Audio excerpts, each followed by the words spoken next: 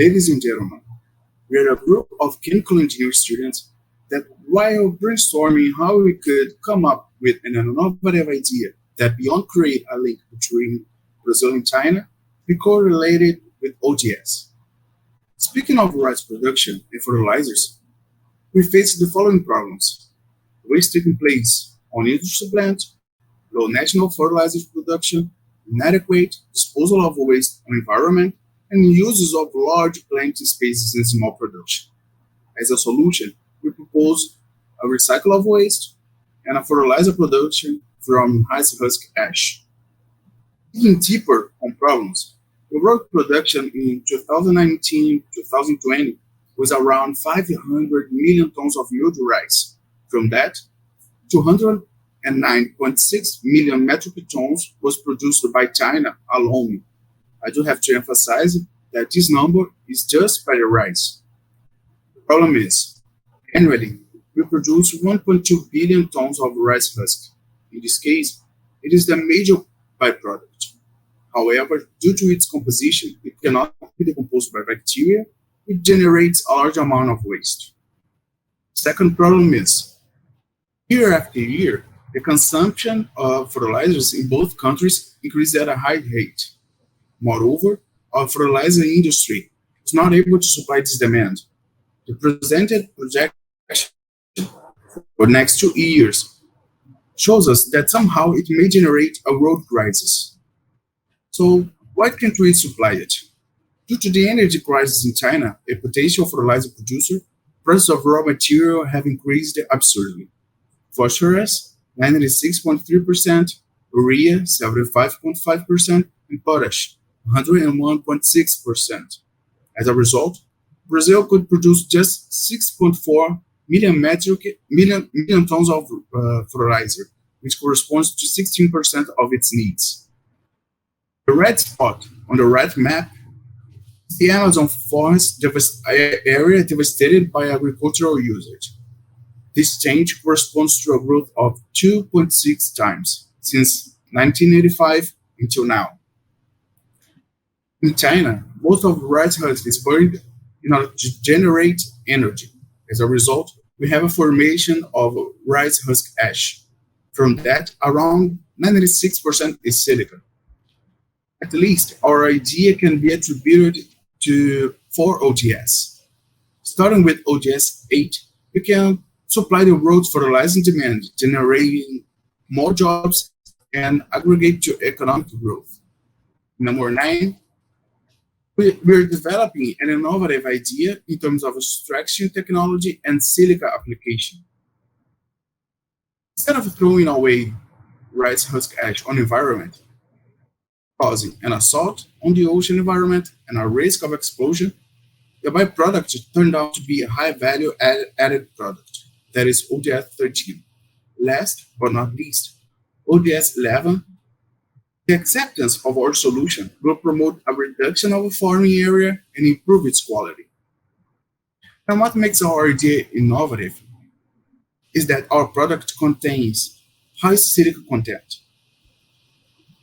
As an eco-friendly startup, our production is thought to not assault the environment. Moreover, we seek a low-cost production due to our different silica extraction method. Our profit comes from product sales, consulting, that is, show our producer customer how to apply our product to have a better production according to their needs, and fertilizer producer customer how to generate a better product. Patent utilization and a waste collection survives. Maybe the industry just wants to get away from their waste. So they'll pay us to collect and transport to another industry where we are based. Our costs have reduced due to our partnership celebration. So we just have marketing cost and logistic cost. Scalability. Our desire is to expand our startup not only internally, but also externally, reaching new customers. Rice production is concentrated on South Zone, around 82.5%. and fertilizer producers are well distributed. Our proposal is to expand our business through the north in terms of selling products, since we have a large agricultural area all over the country. Looking for a global view, we notice that Brazil is a potential fertilizer consumer and has a strong agro economy. China is the biggest rice producer and a potential fertilizer consumer, and India is a potential fertilizer consumer. Likewise, we can expand our startup plan to North America, Europe, and Asia. Our competitors have similar products derived from husk ashes, although none of them apply silica to produce biofertilizers, not even fertilizers. Moreover, this is our unfair advantage. We intend to reach our customer with four different channels. Agribusiness magazine explains the composition and benefits of our biofertilizer, business fairs exposing our products and technology, and discovering new partners, radio and TV, selling products, and make business marketing, and social media, because it's the best way to reach new customers.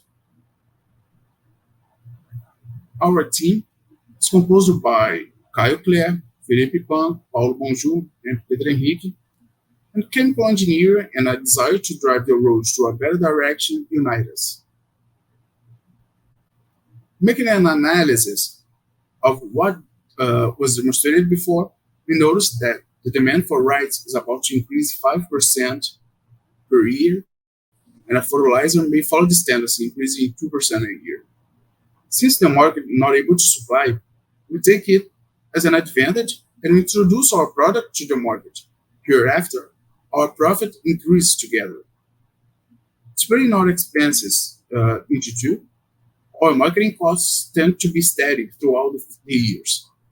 However, our logistic costs may vary constantly since we are subjected to different areas of economy, such as commodities. For 2022, we already face this necessity. Hypothetically, if we had started at the beginning of 2021, in 1 year, more or less, our business could pay its own expenses. Our projection is to have a substantial profit in about 2 years. Thank you for watching. Biofertilizer, a new solution for rice burning waste.